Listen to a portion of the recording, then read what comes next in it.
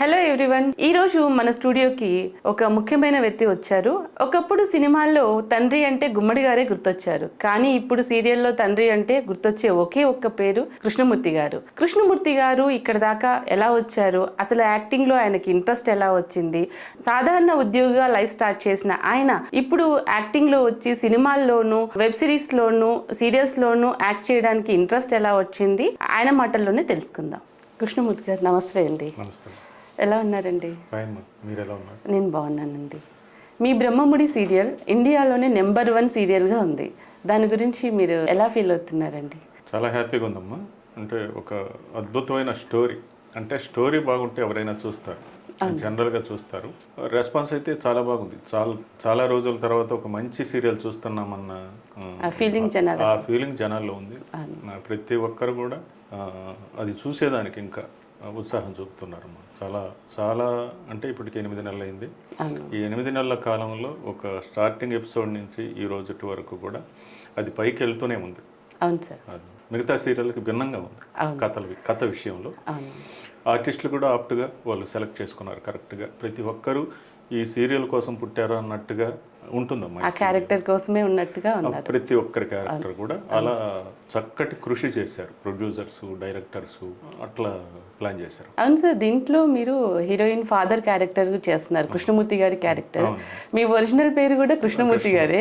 So సీరియల్లో ఆ character ఉంది కాబట్టి మిమ్మల్ని తీసుకున్నారా, లేకపోతే మీరున్నారు కాబట్టి కృష్ణమూర్తి అని పేరు దానికి పేరు లేదు యాక్చువల్గా. అంటే నాకు చెప్పింది కూడా హీరోయిన్ ఫాదర్ అని.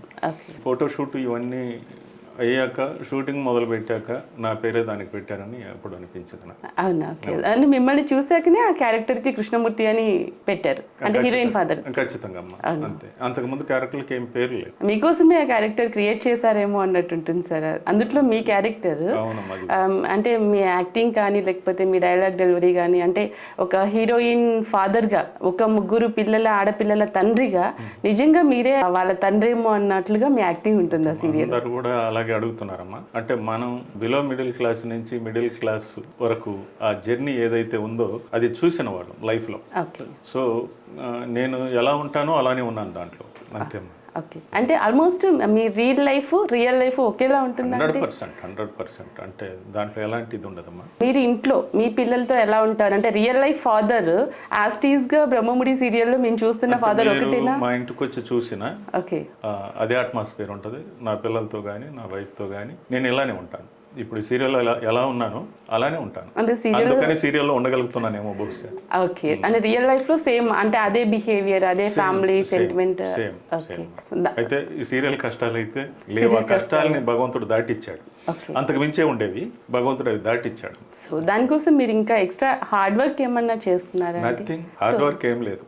ఎలా ఉండాలనుకున్నాను అలా ఉండటమే. ఆ క్యారెక్టర్ ఎలా ఉంటుందంటే, రియల్ లైఫ్లో ఒక ఫ్యామిలీని లీడ్ చేస్తున్న ఫాదర్ ఎలాంటి ప్రాబ్లమ్స్ ఫేస్ చేస్తున్నారో జనరల్గా అన్ని ప్రాబ్లమ్స్ అక్కడ ఉంటాయి. సో అంటే మీ పర్సనల్ లైఫ్లో వచ్చినటువంటి ఎక్స్పీరియన్స్ ద్వారా మీరు ఆ క్యారెక్టర్ని ఈజీగా చేయగలుగుతున్నారా? అట్లా ఇంపాక్ట్ అయితే ఉండదు, కానీ అంటే పర్సనల్ లైఫ్లో సునామీ చూసిన రోజులు కూడా ఉన్నాయి. ఓకే. అంటే ఏ కష్టం వచ్చినా ఇంతకు మించి ఏమొస్తుంది అని సర్దుకొని ఆ కష్టాన్ని ఫేస్ చేయటమే. ఇంతకు మించి రాదు కదా అనుకోవటము.